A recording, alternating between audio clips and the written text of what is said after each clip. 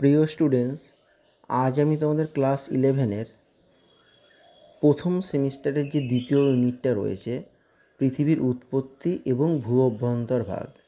এখানে আজকে আমি শুধুমাত্র পৃথিবীর উৎপত্তি এই অংশটুকুর মধ্যে যতগুলো গুরুত্বপূর্ণ নর্মাল টাইপ এবং স্পেশাল টাইপের এমসিকিউ রয়েছে, সেই প্রশ্ন উত্তরগুলো নিয়ে আমি আজকে আলোচনা করব। আমাদের প্রথম প্রশ্ন, সূর্য ড্যাশ ছায়াপথের অন্তর্গত? উত্তরটা হবে স্পাইরাল। আকাশগঙ্গা, হেলিক্স না ক্যাসিপিয়া? উত্তরটা হবে আকাশগঙ্গা। এগুলো যে প্রথম দিকের যে প্রশ্নগুলো রয়েছে এগুলো হলো নর্মাল টাইপের, এর সাথে সাথে আমরা স্পেশাল টাইপ এমসিকিউ পড়ব। দ্বিতীয় প্রশ্ন, নিম্নের কোনটি কুলিন গ্রহের উদাহরণ নয়? প্রশ্নটা ভালো করে তোমরা দেখবে। পৃথিবী, বুধ, সেরেস, নেপচুন। এর মধ্যে নেপচুন, বুধ, পৃথিবী এগুলো আমাদের কুলিন গ্রহের উদাহরণ। তাহলে কোনটা কুলিন গ্রহের উদাহরণ নয়? উত্তরটা হবে সেরেস, কেন এটা আমাদের বামন গ্রহ। 3 নম্বর প্রশ্ন, ইমানুয়েল কান্ট কোন দেশের দার্শনিক ছিলেন? অপশানে রয়েছে জার্মান, জাপান, ব্রিটেন, রোম। উত্তরটা হবে জার্মান। 4 নম্বর প্রশ্ন, কান্টের গ্যাসীয় মতবাদ কত সালে প্রকাশিত হয়? 1755, 1805, 1855 না 1905 সালে? উত্তরটা কী হবে? উত্তরটা হবে 1755 সালে। তারপরেরটা, নিম্নের কোনটি বামন গ্রহ? বুধ, শুক্র, প্লুটো, শনি। এবং সহজ প্রশ্ন, উত্তরটা কি? উত্তরটা হবে প্লুটো। নেক্সট, সৌরজগতের শীতলতম গ্রহ কোনটা? পৃথিবী, শনি, ইউরেনাস না শুক্র? উত্তরটা হবে ইউরেনাস।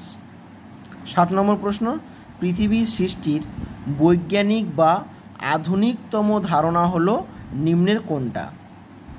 নীহারিকা মতবাদ, গ্যাসীয় মতবাদ, ধূমকেতু মতবাদ না বিগ ব্যাং তত্ত্ব? উত্তরটা হবে অপশান ডি, বিগ ব্যাং তত্ত্ব। তারপরের প্রশ্ন, জোয়ারি মতবাদের প্রবক্তা হলেন কান্ট, জিন্স ও জেফ্রি, বুকন না সবগুলি? উত্তর কোনটা হবে? উত্তরটা হলো অপশান বি, জিন্স ও জেফ্রি। 9 নম্বর প্রশ্ন, বিগ ব্যাং শব্দটি প্রথম ব্যবহার করেন কে? কান্ট, ফ্রেড হোয়েল, জোন্স না কোবার? অপশান বি হবে উত্তর, ফ্রেড হোয়েল। 10 নম্বর, বিগ ব্যাং তত্ত্বের সর্বাধুনিক ব্যাখ্যা দেন কে? ফ্রেড হোয়েল, জোন্স, লেমাইতার না স্টিফেন হকিং?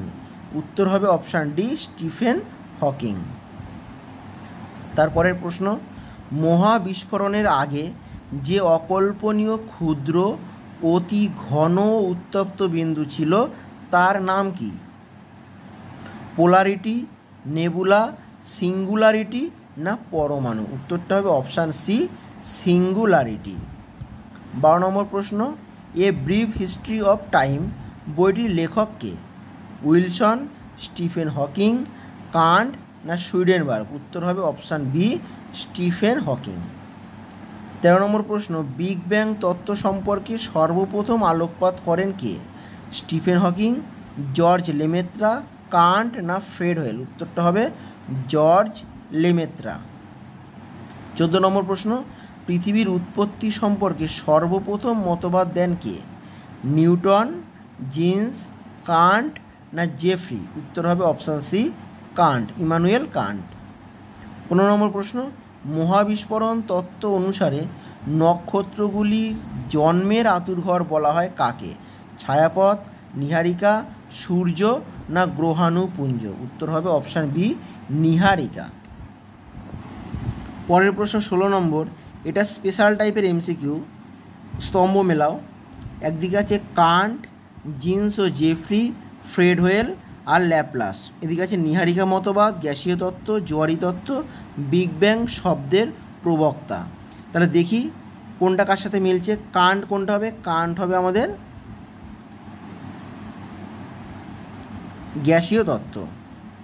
জিন্স জেফ্রি আমাদের জোয়ারি তত্ত্ব। ফ্রেড হোয়েল কোনটা হবে? বিগ ব্যাং শব্দের প্রবক্তা। আর ল্যাপ্লাস হবে আমাদের নীহারিকা মতবাদ। তাহলে আমাদের মেলালে এমন হচ্ছে, এর সাথে 2, বি এর সাথে 3, সি এর সাথে 4, ডি এর সাথে 1। এটা কোন অপশান আছে দেখে নিই। এ অপশানে নেই, বি অপশানে নেই, সি অপশানটা দেখি। সি দেখো আছে A2, B3, C4, D1, অর্থাৎ অপশান সি হবে আমাদের উত্তর। 17 নম্বর প্রশ্ন, একটা বিবৃতি আছে, একটা কারণ দেওয়া আছে। বিবৃতিতে কী দেওয়া আছে? হাইড্রোজেন, হিলিয়াম গ্যাস ও ধূলিকণার বিরাট সাদা মেঘ হলো নীহারিকা বা নেবুলা। কারণ কি? কান্টের মতে পৃথিবীর উৎপত্তি গ্যাসীয় তত্ত্ব নামে পরিচিত। দেখো এখানে প্রথম বিবৃতিটাও সঠিক, দ্বিতীয় কারণটাও সঠিক, কিন্তু এইটা যে বলেছে বিবৃতি যেটা বলেছে এর কিন্তু ব্যাখ্যা কিন্তু দ্বিতীয়টা নয়। এবার আমরা অপশানগুলো দেখলে বুঝতে পারবো কি বলেছে। এ এবং আর উভয় সঠিক, ঠিক আছে, এবং আর হলো এ এর সঠিক ব্যাখ্যা, কিন্তু আর এই যে কারণটা কিন্তু এই প্রথম যে লাইনটা এর কিন্তু সঠিক ব্যাখ্যা এটা নয়, তাহলে অপশান এ হবে না। অপশান বি কী আছে?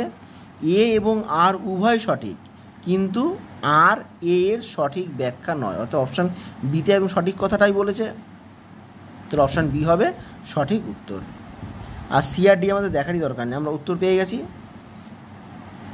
18 নম্বর, বাক্যের পুনর্বিন্যাস করতে হবে। কী দেওয়া রয়েছে? আদি পদার্থগুলি মহাকর্ষ শক্তির প্রভাবে একে অপরের গায়ে আছড়ে পড়ত। বিতে কী দেওয়া আছে? মহাশূন্যে ভাসমান শীতল ও নিশ্চল আদি বা প্রাথমিক পদার্থ ছিল।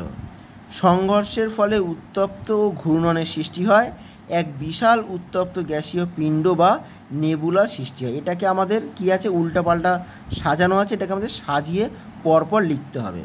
তাহলে অপশানে অনেকগুলো রয়েছে এ বি সি ডি, অর্থাৎ পরপর যেটা দেওয়া রয়েছে এটা কি ঠিক?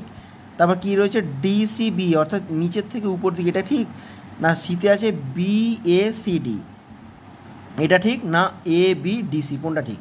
তাহলে আমরা যদি সাজিয়ে আমরা দেখতে পারবো যে এটা আমাদের প্রথমে যায় যে মহাশূন্যে ভাসমান শীতল ও নিশ্চল আদি বা প্রাথমিক পদার্থ ছিল, তারপরেই আসবে আদি পদার্থগুলি মহাকর্ষ শক্তির প্রভাবে একে অপরের গায়ে আছড়ে পড়ত।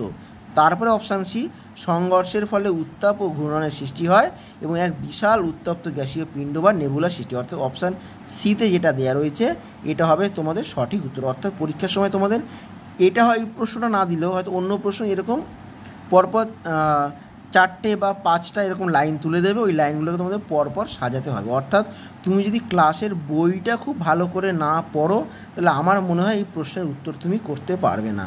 শুধু প্রশ্ন উত্তর পড়লে কিন্তু হবে না, অর্থাৎ তোমরা আগে ক্লাসের বইটা কিন্তু খুব ভালো করে পড়ো, নাহলে কিন্তু দেখবে উত্তর পরীক্ষার সময় তোমরা করতে পারছো না। 19 নম্বর প্রশ্নটা দেখো, পৃথিবীর উৎপত্তি বিষয়ক মতবাদগুলি ক্রম হলো, অর্থাৎ পৃথিবীর উৎপত্তি বিষয়ক যতগুলো মতবাদ রয়েছে সেগুলো পরপর সাজালে কীরকম হবে। দেওয়া রয়েছে কি? বিগ ব্যাং তত্ত্ব, গ্যাসীয় মতবাদ, নীহারিকা মতবাদ, জোয়ারি মতবাদ। এইগুলোকে সাজালে কোন পর্যায়ে সাজানো হবে? 1 2 3 4, অর্থাৎ যেভাবে লেখা আছে এটা কি ঠিক আছে? না বিয়েটা দেখো 4 3 2 1, অর্থাৎ নিচের থেকে কি উপর দিকে চলে যাবে? নাকি সিএটা দেখো 1 3 2 4, আর ডিএটা দেখো 2 3 4 1। আমাদের অপশান ডিটা হবে উত্তর। কেন? সর্বপ্রথম ছিল গ্যাসীয় মতবাদ, তারপর নীহারিকা মতবাদ, তারপর জোয়ারি মতবাদ এবং শেষে এসে একদম আধুনিক মতবাদ, সেটা হলো বিগ ব্যাং তত্ত্ব, অর্থাৎ অপশান ডি আমাদের সঠিক উত্তর। তারপরেটা দেখো, পৃথিবীর আনুমানিক বয়স 460 কোটি বছর। উক্তিটি সত্য, মিথ্যা, আংশিক সত্য না আংশিক মিথ্যা? উত্তরটা হবে সত্য। তারপর দেখো, IAU এর মতে বর্তমানে বামন গ্রহের সংখ্যা কয়টি? 1টি, 2টি, 5টি না 11টি? উত্তর হবে 5টি। এই প্রশ্নগুলো কিন্তু আবার তোমাদের নর্মাল টাইপের MCQ।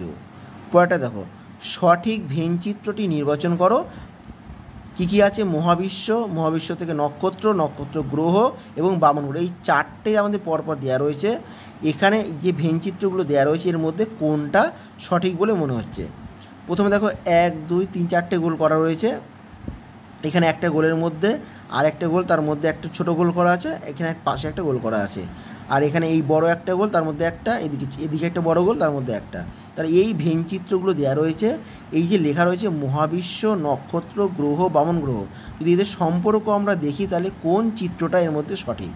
এর মধ্যে আমি ব্যাখ্যা করে দিচ্ছি তোমাদের। এর মধ্যে সঠিক হলো অপশান সি। কেন? দেখো এই যে বড় যে গোলটা করা হয়েছে অর্থাৎ মহাবিশ্ব এটা, তারপরে কি রয়েছে? তারপরে করা হয়েছে একটা নক্ষত্র, এটা মনে করো ছোটোটা নক্ষত্র। তারপর কী করা হয়েছে গ্রহ, এই বড়টা হলো গ্রহ, আর গ্রহের মধ্যেই রয়েছে আমাদের বামন গ্রহ। ঠিক আছে, তাহলে গ্রহ একটা, তার মধ্যে রয়েছে আমাদের বামন গ্রহ।